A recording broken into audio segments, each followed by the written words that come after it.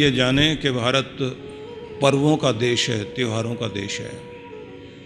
हमारी संस्कृति उल्लास की संस्कृति है, आनंद मनाने की संस्कृति है। उदासी को, हताशा को हमारे यहाँ महत्व नहीं दिया गया। इसलिए ये माना जाता है कि उतार चढ़ाव के जीवन में एक ही अभ्यास सबसे अधिक करना है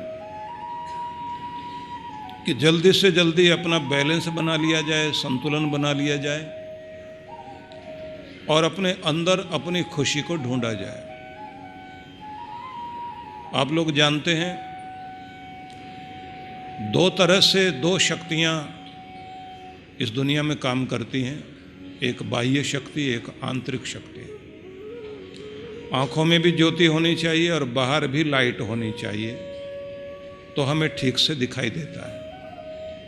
और अगर आंखों में ज्योति हो नहीं और बाहर कितनी भी लाइट क्यों ना हो, तो आप लोग जानते हैं कि वो आंख है ही नहीं, तो बाहर की धूप, बाहर का सूरज कुछ भी नहीं करेगा।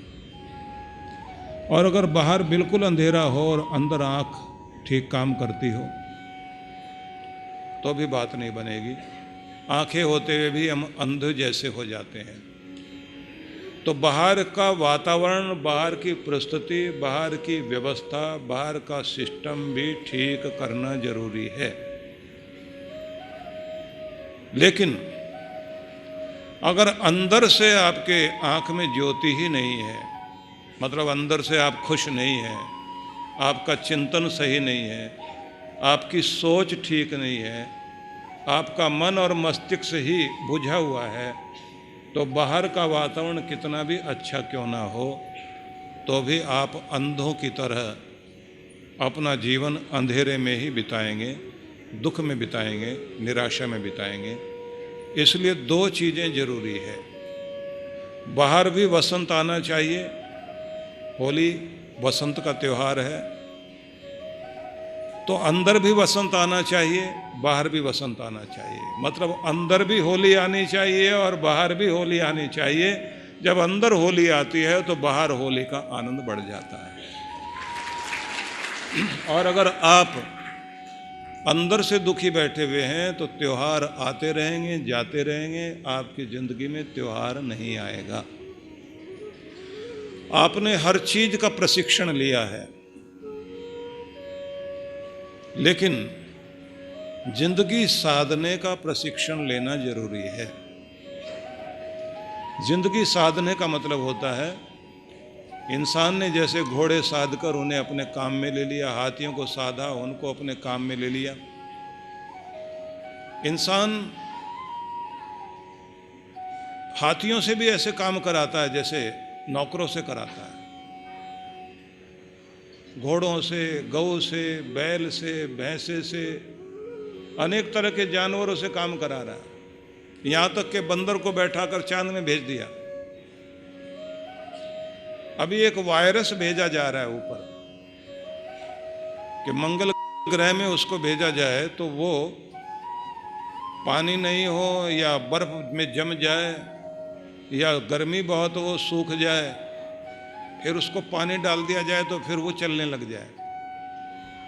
तो आदमी यहां तक खोज लेता है कि दुनिया की खतरनाक चीज को भी प्रयोग में लाया जा सकता है।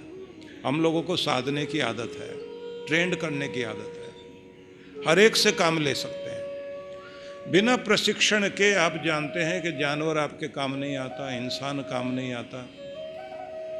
आपकी जिंदगी भी आपके प्रशिक्षण से ही काम में आएगी। जहां आप इसे ले जाना चाहते हैं उसका प्रशिक्षण दीजिए। मतलब यह है कि हंसते रहने और खुश रहने का भी प्रशिक्षण खुद को देना पड़ेगा, तभी आप खुश रह पाएंगे। क्योंकि परिस्थितियां और दुनिया आपको रुलाने के लिए तैयारी करती है और आपको वो बना देती है जो आप नहीं हैं। मतलब आप उदास, वो किसी आदमी से किसी ने पूछ लिया शादी से पहले क्या करते थे, सुनते ही उदास हो गया। बोले भाई साहब ये पूछ रहे हैं शादी से पहले क्या करते थे। उदास होकर बोला जो मर्जी आती थी वो कर लेते थे। अब तो कुछ नहीं कर सकते, अब तो जैसे वो कराएगी वैसे करेंगे ना। सीधा मतलब क्या हुआ कि पत्नी ने ऐसा हाल कर दिया, ऐसा नहीं है। आप अपनी घर गृहस्थी की गाड़ी खींचते खींचते, अपने लोगों के बीच रहते रहते अपनी जिंदगी को इतना उदास कर लिया है कि अब परिस्थितियां आपको चला रही हैं, अब आपको आदतें चला रही हैं। क्योंकि पहले आप आदत बनाते हैं, फिर आदतें आपकी जिंदगी बनाती हैं, फिर आप उन आदतों के दायरे में आपको चलना पड़ता है। कसमें कुछ भी खाइए, होगा वही जो आपकी आदत आपको कराती है, चलाती है। तो ये ध्यान रख लीजिए कि आप, जैसे मैं हमेशा कहा करता हूं कि डायरी अपने पास रखो, और उसको रखने का मतलब होता है कि आप उसमें लिखें आदर्श जीवन, खुशहाल जीवन, प्रेम से भरा हुआ परिवार, समृद्धि और खुशहाली से भरपूर जिंदगी, ऊंचे आदर्शों से युक्त जिंदगी कैसी होगी, उसकी एक कल्पना करिए अपने मन में और उसे अपनी डायरी में लिखिए। उसके बाद आप ये भी लिखें कि ऐसी जिंदगी के लिए इन लोगों ने क्या किया होगा जो आदर्श लोग हैं, या लोग ऐसे जीवन को पाने के लिए क्या करते हैं। उसके बाद आप अपने बारे में लिखिए कि जब मैं यहां जाना चाहता हूं तो मुझे क्या करना चाहिए, मैं क्या कर रहा हूं, कौन बाधाएं मुझे रोकती हैं। बस इतना सोचने के बाद आप अपने जीवन को वहां ले जाएंगे जहां आप ले जाना चाहते हैं। और अगर मन मर्जी से आप चलने लग गए, या आदतों से चलने लग गए, या परिस्थितियों से आप चलने लग गए, तो आपकी ज़िंदगी में वसंत नहीं आ सकता, त्यौहार नहीं आ सकता, होली आकर भी आकर निकल जाएगी, आप अपने जीवन में रंग नहीं बिखेर सकते। हालांकि कितनी भी कोशिश कर लीजिए, जीवन ऐसा है जिसमें सब रंग होते हैं। यहां सफेद रंग शांति वाला रंग भी है, बहुत लाल लाल रंग जो आपके खून का रंग है, प्रेम का रंग है, वो भी जिंदगी में है। वो काला रंग भी है जो आपको रोज सुला देता है। हालांकि देखा जाए, कुल मिलाकर के 3 मुख्य रंग, जो टीवी की ट्यूब होती है ना, आपका जो टीवी होता है उसकी ट्यूब होती है, उसमें सिर्फ 3 रंग होते हैं। उन 3 रंगों से 7 रंग आते हैं। और यह भी माना जाता है कि 3 ही मुख्य प्रकृति के द्वारा दी गई ध्वनियां होती हैं। उन ध्वनियों से फिर सारी दुनिया बनती है। उन 3 ध्वनियों को प्रकट करने के लिए गूंगा भी बोल सकता है, और उन्हीं को कहा जाता है, गूंगा भी आ बोलेगा, गूंगा भी वो बोलेगा, गूंगा भी बोल देगा। तो ये 3 ही मिलकर ओम है।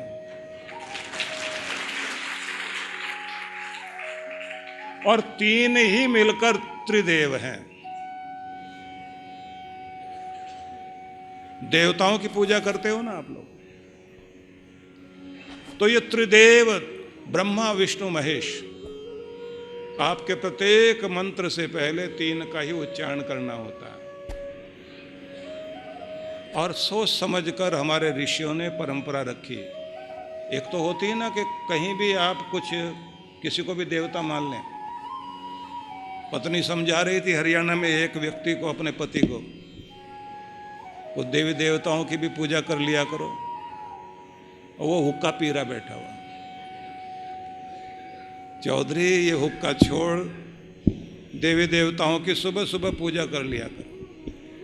और सुनते ही पति ने समझाना शुरू कर दिया, बावली है तो तुम्हें क्या पता इसमें 3 देवता बसते हैं। ऊपर अग्निदेव बसता है, बीच में पवन देव, नीचे जल देव। 3 देवताओं की पूजा एक साथ होती है। अब तो जाएगी मंदिर में तो एक ही देवता की पूजा करेगी, अग्नि की या किसी और की। यहाँ तो 3 देव, अब वो बेचारी हाथ जोड़े बैठी रहती है, चौधरी हुक्का पीता रहता है। समझाने के लिए कोई भी आपको समझा देगा कि ये भी देवता है, वो भी देवता है, लेकिन आपके ऋषियों ने विज्ञान के आधार पर आपको समझाया कि 3 ऐसी शक्तियां, ब्रह्मा का आ, विष्णु का ऊ और महेश का वो जो चंद्र बिंदु है, जो माथे पर चंद्रमा है, वो नाक से बोलने वाली जो ध्वनि है, वाली ध्वनि, ओम, कि इन 3 मुख्य ध्वनियों से सारी दुनिया आई और इसमें तीनों शक्तियां विराजमान हो गई। संसार को शुरू करने वाली शक्ति, संसार का पालन करने वाली शक्ति और संसार को अपने आपे में समाहित करने वाली शक्ति।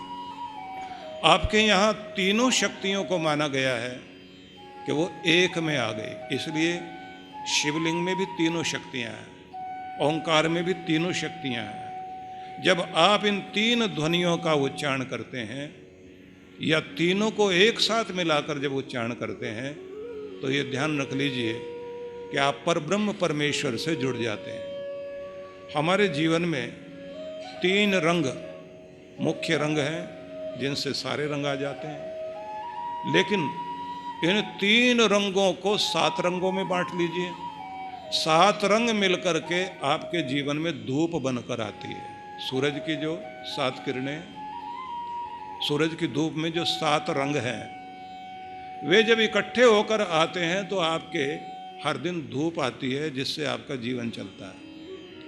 बस ये समझ लीजिए कि सुख दुख के रंग, शोक चिंता के रंग, प्रसन्नता और उत्साह के रंग, वैराग्य और संयोग के रंग, वो सारे रंग मिलकर के ही जीवन की धूप बनती है, जिसमें जिंदगी चला करती है। इसे स्वीकार करना पड़ेगा। मतलब एक जैसी जिंदगी नहीं रहती। काले के कारण सफ़ेद अच्छा लगता है, सफ़ेद के कारण काला अच्छा लगता है। भूख के कारण आपको खाना पसंद आएगा, खा लिया तो उसके बाद आप चाहते हैं भूख लगनी चाहिए। दोनों का मेल है। दिन के कारण रात, रात के कारण दिन अच्छा लगता है। संयोग के कारण वियोग, वियोग के कारण संयोग, सोने के कारण जागना, जागने के कारण सोना अच्छा लगता है। ना तो सोते सोते जिंदगी गुजारी जा सकती, ना जागे जागे जिंदगी गुजारी जा सकती, ना तो मीठा खाकर जिंदगी गुजारी जा सकती, ना नमकीन खाकर गुजारा किया जा सकता। दोनों का मेल चाहिए। कुछ मीठा भी चाहिए, कुछ नमकीन भी चाहिए, कुछ तीखा भी चाहिए, कुछ फीका भी चाहिए। आपके जीवन में यही सब है। जो आप रोटी हाथ में लेते हैं वो फीकी होती है, और जो सब्जी आपके सामने होती है वो नमकीन होती है। इन दोनों को ही मिलाकर के रोज़ आप स्वाद लेते हैं। इसलिए सुख दुख के साथ ज़िंदगी चलती है। इसी को साथ मिलाकर खुश हुआ जा सकता है। अगर कहोगे नहीं हम तो ये चाहते हैं बस मीठी मीठी ज़िंदगी हो, तो मीठी मीठी ज़िंदगी भी कड़वी लगने लग जाएगी, क्योंकि मीठा जो है वो कड़वे के कारण अच्छा लग रहा है। ये कंट्रास्ट में जीवन है। पति पत्नी जो इतना लड़ते झगड़ते हैं ना, उस लड़ने झगड़ने का मतलब यही है कि उनके जीवन में वो मिठास बनी रहती है। हाँ, ज़्यादा लड़ना झगड़ना तो ठीक नहीं है। हल्का फुल्का चल जाए तब तो ठीक है। ज़्यादा लड़ना झगड़ना वो आदत नहीं बनाइए, कमियां निकालने की आदत नहीं बनाइए। डॉक्टर ने जैसे महिला को चेक करना शुरू किया, ब्लड टेस्ट हुआ, उसके बाद कहा आपके खून में हीमोग्लोबिन की कमी है, आपको विटामिन डी की कमी है, आपको कैल्शियम की कमी है। जैसे जैसे उसने 5-7 चीज़ें बताई कि ये भी कमी है, ये भी कमी है, वो एकदम गुस्से में खड़ी हो गई। बोली इतनी कमी तो मेरी सास ने भी नहीं निकाली आज तक, जितनी तुमने निकाल दी, और बस आज के बाद आपसे दवाई नहीं लेनी।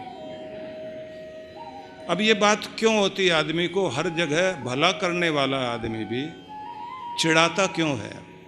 वो चिढ़ा नहीं रहा। आप चिढ़े बैठे हैं अंदर से।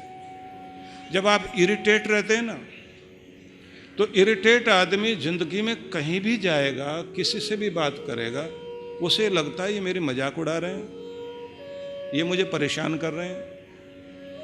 आप कोई अच्छी बात कह दीजिए, वो अच्छी बात भी उनको अच्छी नहीं लगेगी। तो आपको कुछ चीज़ें पहले करनी पड़ेंगी। सबसे पहली बात यह कि अगर आप चाहते हैं आपकी ज़िंदगी में रोज़ होली आए, तो सबसे पहले ज़िंदगी में शांति लाना शुरू करिए, इरिटेशन से बचिए।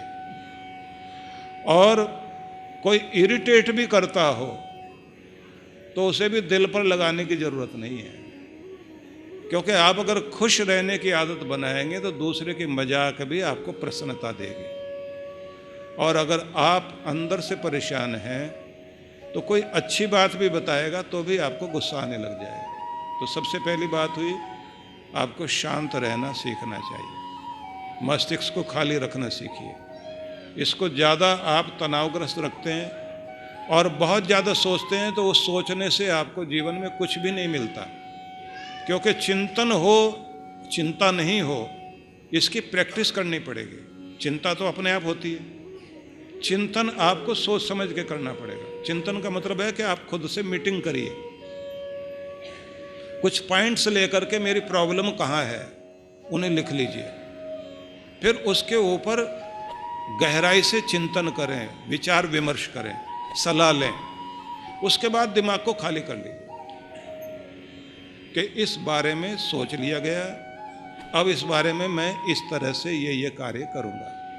उसका परिणाम ये होगा कि आप अपनी चिंता को दूर कर पाएंगे।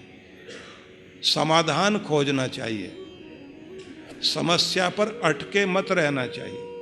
अगर आप चाहते हैं आपके जीवन में रोज खुशी रहे और आपका जीवन होली से भरपूर रहे, तो आपको समस्या पर ज़्यादा ध्यान नहीं देना, समाधान पर ध्यान देना है।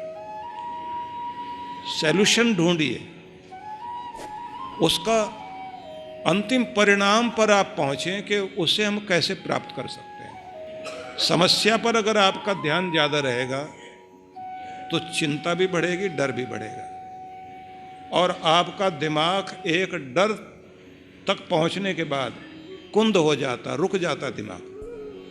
फिर आप सोच नहीं पाता आपको कुछ भी कि क्या करूं क्या नहीं करूं। अगर आप अपने आप को ठीक ढंग से समझ सकें, या कभी कभी ज़्यादा दबाव आ जाए, उस समय छोड़ दीजिए अपने आप को, खाली कर लो, कहो कि थोड़ी देर के बाद सोचेंगे, कल सोचेंगे, अभी भूल जाएं। खा पी कर मस्तिष्क शांत करके ताज़ी हवा में घूमकर उसके बाद में उसके पॉइंट्स नोट करके फिर उस पर विचार करें। और एक खास बात सबको ध्यान रखनी है, रात में चिंता करते हुए मत सोचो और न सो। रात्रि के समय में जितना मस्तिष्क हल्का कर सकते हैं, क्योंकि पूरी प्रकृति में भगवान ने ऐसी व्यवस्था दी है कि रात होते होते, इसका बेस खत्म करिए, रात होते होते आप लोग ये देखते हैं पूरी प्रकृति में शांति आनी शुरू हो जाती है। झिंगूर की आवाज ऐसी आवाज होती जैसे ओंकार की आवाज होती है। तो रात्रि में आपको शांत होना होता है। भगवान काला पर्दा डालता है, वो काला रंग ही शांति का रंग है। वैसे जादू का रंग माना जाता है, जादू करने वाले काला रंग रखते हैं, काला कपड़ा उड़ाते हैं, सम्मोहन वाले काला कपड़ा उड़ाते हैं, क्योंकि मस्तिष्क को सुलाना होता है उनको। तो आपको रात्रि में जैसे जैसे अंधेरा होने लग जाए, और ये भी याद रखिए कि लाइट जला करके नहीं सोना। अगर आपको लाइट जलाने की जरूरत ही पड़ती है तो हल्की नीली रोशनी करिए, सितारों वाली रोशनी, टिमटिमाते हुए तारों वाली रोशनी। बहुत लोगों को डर लग रहा होता है ना कि उनको लाइट चाहिए, तो हल्की इतनी रोशनी कर लीजिए, क्योंकि रोशनी भी आपकी नींद को लाने में सहायक भी और भगाने में भी सहायक है। तो जो नींद लाती हो वो वाली रोशनी लाइए। तो जैसे जैसे रात होने लग जाती है तो शांति आपके अंदर उतरती है, जिससे खुमारी आती है, आप सोते हैं। ठीक उसी तरह से रात्रि जैसे जैसे बीतने लग जाए, दिमाग को जितना शांत कर सकते हैं उस समय ज्यादा चिंतन मनन की बात नहीं करनी चाहिए। दबाव खत्म कर दीजिए सोने के लिए जब आप जा रहे हैं। बहुत ज्यादा उस समय की मीटिंग भी नहीं होनी चाहिए, दबाव भी नहीं लाना चाहिए। शांत होकर आप सो जाएं और शांति की उपासना करें। सवेरे जब आप जागते हैं, सवेरे जागते समय उत्साह, उल्लास, आनंद, उमंग, गुनगुनाती हुई शाम, मुस्कुराती हुई सुबह, बस ये दो बातें याद रख लीजिए। गुनगुनाते हुए सोइए, मुस्कुराते हुए जागिए। या फिर जो मैं शब्द कहा करता हूं अधिकांश रूप से कि शांति में सो, आनंद में जागो, ये प्रैक्टिस करनी है। अगर शांति में सोना सीख गए और आनंद में जागना सीख गए तो हर दिन होली है आपकी जिंदगी में। मैं ये देखता हूं कि ज्यादातर लोग रात्रि में सोते सोते अपने आप को और ज्यादा अशांत कर लेते हैं। कुछ तो हमारे टीवी सीरियल भी ऐसे चल रहे होते हैं, वो आपके अंदर इतनी ज्यादा सनसनी पैदा कर देते हैं। कुछ तो हॉरर मूवी भी देखते हैं, हॉरर शो देखेंगे। हमारे एक शिष्य हैं जो हॉरर मूवी बनाते हैं, तुलसी राम से ब्रदर्स का नाम आपने सुना होगा, जो ज्यादातर ये भूत प्रेत की पिक्चरें बनाते हैं। वो ये कहा करते हैं कि हम लोग ज्यादातर हर डराने वाली चीज के पीछे एक चीज लेकर आते हैं कि कोई सिंबल, कोई प्रतीक भगवान का सामने ले आओ, उसके बाद वो काली शक्तियां भाग जाती हैं। उसका मतलब ये होता है कि दुनिया में सबसे बड़ी ताकत अगर कुछ है तो भगवान ही सबसे बड़ी ताकत है, उसका नाम ही सबसे बड़ी ताकत है, जो आपके डरों को, आपकी चिंता को, आपके दुख को हटाने का काम करती है। तो अगर आपको चिंता है, डर है, तो जिसने जन्म दिया है उसने भी तो कुछ सोचा है ना आपके लिए, तो उसका सहारा लीजिए। तो शांति से सोते हुए प्रार्थना करके सोइए, और जिसने जिंदगी दी है उसका सहारा लेकर सुबह जागिए भी सही, नाम जप कर प्रसन्नता से धन्यवाद देते हुए। अगली बात और ध्यान देनी, प्रार्थना करते हुए या भगवान की भक्ति करते हुए दो चीजें जरूर ध्यान में रखो। एक, कभी जब बहुत उदास होते हैं और आपका दिल भरा हुआ है तब तो आप रो सकते हैं। हर समय रोते रहने की आदत नहीं बनानी चाहिए, न शिकायत करने की आदत बनाओ। जब भी प्रार्थना करने जाओ तो इतने आनंद में, इतनी प्रसन्नता में भरपूर हो जाइए, अपने चेहरे पर प्रसन्नता लेकर बैठिए।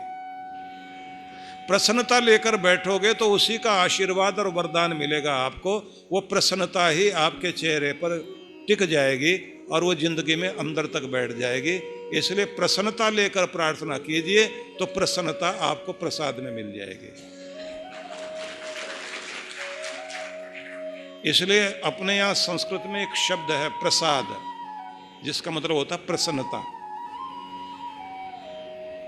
भगवान का प्रसाद तो क्या मतलब हुआ? भगवान से क्या लेकर आप आए? प्रसन्नता।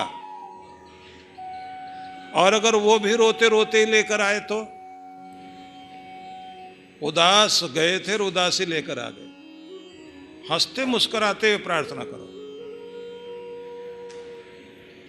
कभी कभी दर्द को अपने छलका सकते हो, हर समय की आदत नहीं बनाओ। शिकायत करते रहने की आदत मत बनाइए।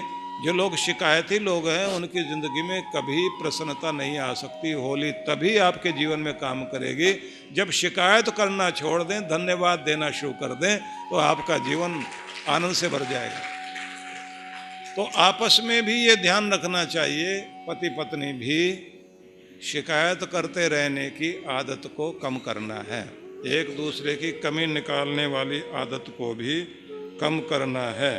क्योंकि जब आप शिकायत करने वाले बन जाते हैं तो शिकायत करने का मतलब ये होता है कि आप खुद से भी शिकायत, घर वालों से शिकायत, भगवान से भी शिकायत, और फिर आपके जीवन में टोंट कसते रहने, टोंटिंग वे में बोलते रहने की आदत पड़ जाती है। जो टोंट कसने वाले लोग होते हैं उनसे दुनिया दूर भागती है, और उसी टोंट कसने की आदत को, ताना मारने की आदत को आप समझ लीजिए कि वो बहुत बड़े झगड़े कराती है।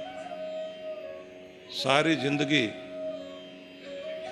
भूल नहीं सकता जो आपने ताने मारे। आप सोचिए जरा कि किसी महिला की शादी को 50 साल बीत गए, 20 साल की उम्र में शादी हुई, 70 साल की हो गई। 70 साल के बाद भी अगर आप उससे बात करें कि तुम्हारी जब शादी हुई थी तो उसके बाद क्या हुआ था, तो कहती है कि जैसे मैं घर में आई थी, ननद ने क्या बोला था मेरे से आज सुन लो, मेरे यहाँ लिखा हुआ, ऐसे बोलती, यहाँ लिखा हुआ है, यहाँ।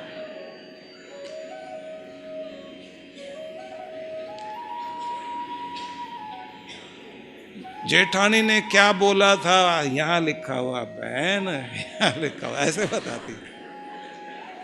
जब भी अकेली बैठी होगी ना, दो सहेलियां बात करेंगे कि दसा बहन प्यारी है, यहाँ लिखा हुआ, ऐसे बताएंगे। वो भूल नहीं सकते, क्योंकि किसी ने ताना मारा या किसी ने मजाक उड़ाई, वो छोटा मोटा घाव नहीं होता उससे, वो आपके दिल को चीरने वाला घाव होता है। और बोलने वाला तो उस समय नखरी करके बोल जाएगा, लेकिन उसका मतलब ये है कि अब आपके रिश्ते में दरार आ रही है जिसको दुनिया में कोई सिल नहीं सकता। और जिसने भी उस समय तारीफ करके और कहा ये बहुत अच्छी, इसका स्वभाव बहुत अच्छा है, वो भी उसे याद होता है। बस एक थी बेचारी बहुत अच्छी, अब दुनिया में नहीं है, वो थी, बस भगवान ने पता नहीं उसको क्यों बुला लिया, वो तो रहनी चाहिए थी, और जो नहीं रहनी चाहिए वो तो मेरे चारों तरफ घूमती हैं। तो आपके दो अच्छे शब्द याद रहेंगे। इसलिए जो ये कहा जाता है ना कि जीभ से लगाया हुआ घाव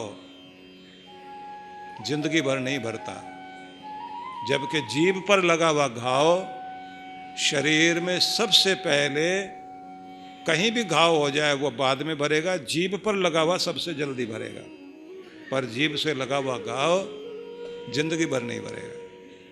तो हम लोग जो टोंट कसते हैं, ताना मारते हैं, दूसरों की खुशियां छीनते हैं, और ये आदत अगर बन गई आपकी तो फिर ये समझ लीजिए कि आप ऐसी गेंद फेंक रहे हैं जो लौट लौट कर आप तक आती रहेगी। इसलिए मैं वो रिफेयरिंग कर लेना चाहता हूं कि होली रोज हो जाए, एक ही दिन में होली ना हो, हमारी जिंदगी में रोज होली हो सके, इसलिए आप उस रुकावट को हटाइए।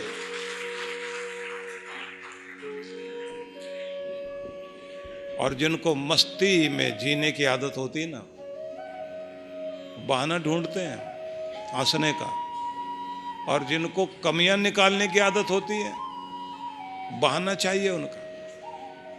आपने ब्याह शादी में भी देखा होगा, एक न एक आदमी ऐसा जरूर होता है जो रूठा ही रहता है, वो चाहे फूफड़ जी हो, किसी के फूफा जी हो, किसी के मामा जी हो, या फिर जीजा जी हो। उनका काम ही है, यही मौका है रूठने का। एक वो भी होता है जो घूमता घूमता, जैसे ही लाइट चली जाएगी ना, 50 जनरेटर खड़े कर देते हैं हम। कोई बोले तो सही हमको, कोई हमको बताए तो सही, कोई हमें तो काम देता। अब भोगो अपनी करने का फल, अब मजा लो, दुनिया थू थू कर रही है, ऐसे करके घूमता रहेगा बीच बीच में। और सबसे बेकार का आदमी वही होता है, उसने अपनी जिंदगी में कभी अपना भी भला नहीं किया, दूसरे का क्या कर सकता है, लेकिन बरगलाता हुआ घूमेगा, सबकी खुशियां खराब करता हुआ घूमेगा। तरह तरह के प्राणी हैं इस दुनिया में, तरह तरह के जीव जंतु हैं। आपने सबके बीच जीना होता है। लेकिन ये भी बात ध्यान रख लीजिए, जो कहते हैं ना किश्तियां सबकी पहुंच जाती हैं किनारे, ना खुदा जिनका नहीं उनका खुदा होता है। जिनके पास दुनिया में कोई सहारा देने वाला नहीं, उनको सहारा देने वाला भगवान होता है। काम सबके बन जाएंगे, लेकिन फिर वही बात, प्रार्थना भी करें प्रसन्नता में, आदत बनाएं तारीफ करने की, ताना कसी की आदत नहीं। शांति में सोना, आनंद में जागना, समाधान पर ध्यान, समस्या पर नहीं। जिंदगी के रंग अनेक तरह के हैं, सब रंगों को मिला करके ही जिंदगी बनती है। सब रंगों की धूप या सब रंग मिलकर के जो धूप आती है, उसी के कारण ये दुनिया चलती है। इसलिए आप अगर कहोगे एक ही रंग चाहिए जीवन में, तो एक रंग से जीवन खराब हो जाएगा। तो जो उतार चढ़ाव है जीवन के, उसको भी आप लेकर के दुखी मत होइए। तनाव भी अच्छा, विपदा भी अच्छी। रहीमन विपदा हो भली जो थोड़े दिन होए, क्योंकि थोड़े दिन में आपको बहुत कुछ पता लगता है। हित अनहित इस जगत में जान परत सब कोय, कौन मेरा अपना कौन पराया, पता लग जाएगा संकट के टाइम में। थोड़ी देर का तनाव आपको क्रांति करने के लिए, बदलने के लिए मजबूर करता है। ज्यादा देर कोई भी चीज टिकेगी वो आपको तोड़ के रख देगी, चाहे दुख, चाहे तनाव, कोई भी चीज। स्ट्रेस से 70% बीमारियां शुरू होती हैं। लेकिन अगर स्ट्रेस टिका रहेगा तब बीमारी पैदा करेगा। आया और चला गया तो कुछ न कुछ अच्छा करके जाएगा।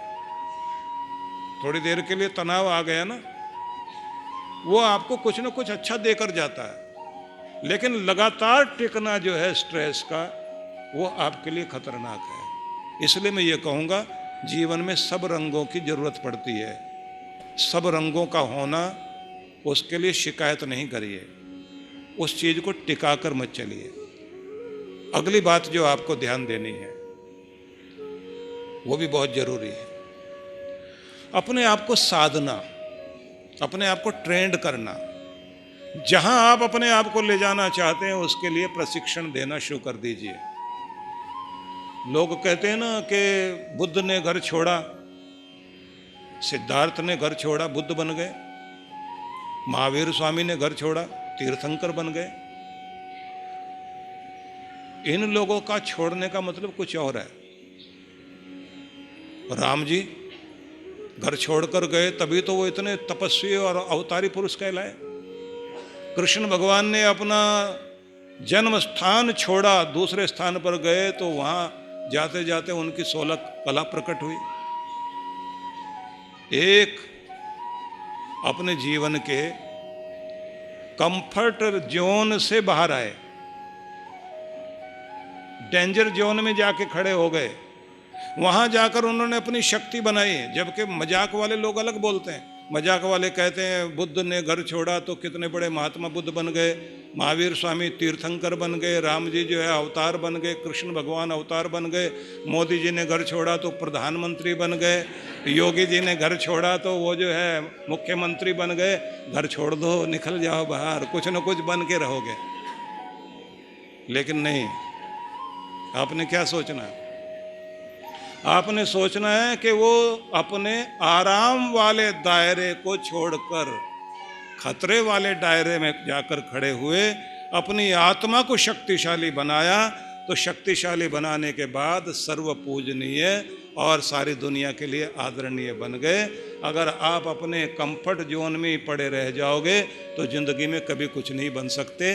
इसलिए संकट को देखकर घबराइए नहीं, बल्कि संकट में रिकॉर्ड बीट करने की कोशिश करो, कीर्तिमान स्थापित करने की कोशिश करो, तो जिंदगी आपकी उत्साह से, उल्लास से भर जाएगी। आपको उस आराम के दायरे से बाहर निकलना है।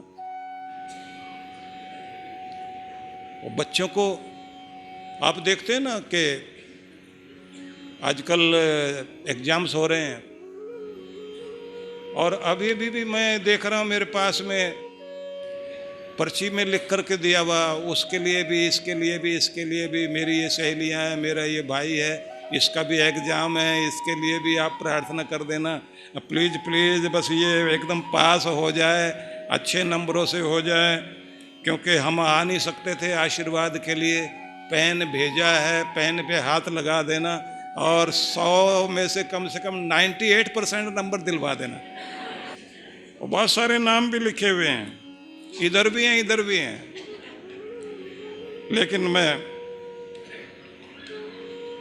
आपसे इतना कहना चाहता हूं, ठीक है, गुरु का आशीर्वाद भी चाहिए, भगवान का आशीर्वाद भी चाहिए, एक विश्वास भी चाहिए, पर इन सब विश्वास से पहले आत्मविश्वास चाहिए। आपका कॉन्फिडेंस काम करेगा, बहुत बड़ा काम करेगा। जो बच्चे एग्जाम देने के लिए जाते हैं तो वहाँ जाते जाते डर के कारण उनका जो कुछ भी याद रहता है वो सब भूल जाता है। पहले डर पर विजय प्राप्त करने की आदत बनानी चाहिए। शुरुआत से बच्चों को ट्रेंड करिए, छोटे से ही डरना नहीं सीखना। शकुंतला ने अपने बच्चे को, भरत को, डर से लड़ना सिखाया था। वो जो शेर के बच्चे के दांत गिन के खेलता था।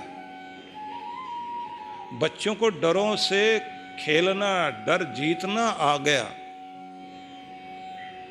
क्योंकि ये परीक्षा तो साल में एक बार होती है। जिंदगी तो ऐसी चीज है जहां हर पल, हर दिन, हर क्षण रोज नई परीक्षा है और उसके लिए कोई ट्रेनिंग नहीं दी जाती, कोई नहीं सिखाता।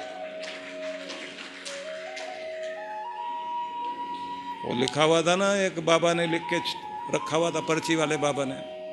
बच्चे पर्चियां लेके जाते ना नकल करने के लिए, लिखा हुआ था, पढ़ना लिखना छोड़ दे बच्चा, कर नकल की आस। पढ़ना लिखना छोड़ दे बच्चा, कर नकल की आस, ओढ़ रजाई सो जा बच्चा, रब करेगा पास। कोई बाबा जी मंत्र दे देंगे तो उससे कोई पास नहीं होने वाला, कोई नंबर नहीं आने वाला है। अगर नंबर आएंगे तो आपकी रोज की पढ़ाई भी चाहिए और साथ में आत्मविश्वास भी चाहिए। बच्चों को गायत्री मंत्र जरूर याद कराइए। गायत्री मंत्र सबको आना चाहिए। रोज रोज पढ़ते रहने की आदत डालिए। थोड़ी देर के लिए टीवी बंद करके बच्चों को कहो, टीवी से भागना नहीं, टीवी देखो कोई बात नहीं, लेकिन टीवी बाद में, पहले पढ़ाई कर लो। पढ़ाई जब कर लिया उसके बाद में कहो कि अब अपना टीवी देख लो। क्योंकि अनुशासन अगर आपने सिखा दिया तो बच्चे मनोरंजन भी करेंगे, पढ़ाई भी करेंगे, कहीं पीछे नहीं रह जाएंगे। लेकिन जरूरी चीज है कि अगर डर को जीतना सीख लिया आपने तो आपकी जिंदगी में खुशी आएगी। और डर नहीं जीत पाए तो डर के कारण चिंता, चिंता के कारण निराशा, निराशा के कारण डिप्रेशन, अवसाद। बहुत लोग की जिंदगी खा गया ये अवसाद, ये डिप्रेशन। आजकल बहुत ज्यादा समस्या है। तो इसलिए मैं आपसे ये कहना चाहता हूं कि आपको खुद को साधना सीखना है। तो कुछ चीजें और ध्यान में रख लीजिए। एक, हर आदमी को खुश रहने के लिए अच्छी सेहत भी चाहिए। अच्छी सेहत के लिए व्यायाम, प्राणायाम, प्राणायाम तो जरूर करिए। और सैर करने की आदत, जल्दी चलने की आदत, सब तरह के प्राणायाम करना सीख लीजिए, जरूरी है। नहीं तो फिर क्या होता है, सीढ़ियां चढ़ते चढ़ते हाँफता है आदमी। अब एक जगह भी हम उल्लासनगर थे ना, तो मेरे साथ दो मोटे मोटे लोग, उसमें एक सीढ़ी चढ़ के आए होंगे, उसके बाद में आकर के लिफ्ट में खड़े हो गए। अब हम खड़े हैं लेकिन मैं देख रहा हूं कि यहां भस्त्रिका कौन कर रहा है। तो दोनों की तरफ ध्यान गया तो दोनों हाँफ रहे, सांस चढ़ा हुआ, क्योंकि भारी है।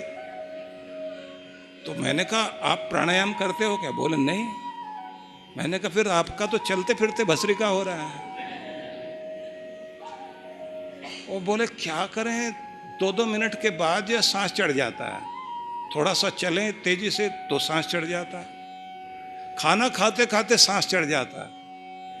मैंने कहा अगर भस्त्रिका नहीं करोगे तो बैठे बैठे भी भस्त्रिका होगा, खाते खाते भी भस्त्रिका प्राणायाम होगा, सीढ़ियां चढ़ते चढ़ते भी भस्त्रिका प्राणायाम होगा। इससे अच्छा यही है लगातार भस्त्रिका शुरू कर दीजिए, लगातार आप अनुलोम विलोम शुरू कर दीजिए, तो फिर आपको सीढ़ियां कितनी भी चढ़नी पड़ जाए, आपका चढ़ते हुए भस्त्रिका प्राणायाम नहीं होने वाला। ये आप सबके लिए है, सिर्फ उन्हीं के लिए नहीं है।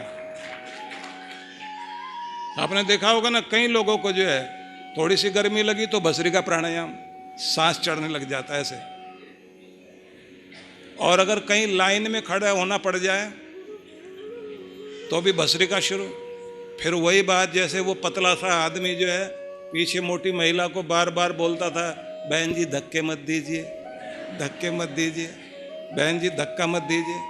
उसको आ गया गुस्सा, वो बोली सांस लेना भी गुनाह है क्या? वो जब भी सांस लेती थी तो सांस लिया, पेट फूला, धक्का लगा आगे, जैसे सांस वापस खींचा वो आदमी वापस। और लाइन में ऐसे लगे हुए, एक दूसरे से जुड़े हुए खड़े हैं, राशन की लाइन या किसी की भी लाइन होगी, और इतना दुबला पतला आदमी और ये भारी, जैसे सांस लिया आगे जाए, सांस वापस तो ये वापस आए, और बार बार पीछे मुड़ के कहे, बहन जी धक्का मत दीजिए, धक्का मत दीजिए। तो ये भस्त्रिका चलते फिरते होने लग जाए तो क्या करेंगे? एक्सरसाइज और प्राणायाम, नहीं तो आपका कपाल भाती और भस्त्रिका लगातार चलेगा। और अपने आसपास देख लेना, कोई ना कोई भस्त्रिका वाला मिल जाएगा आपको, कोई कपाल भाती वाला मिल जाएगा।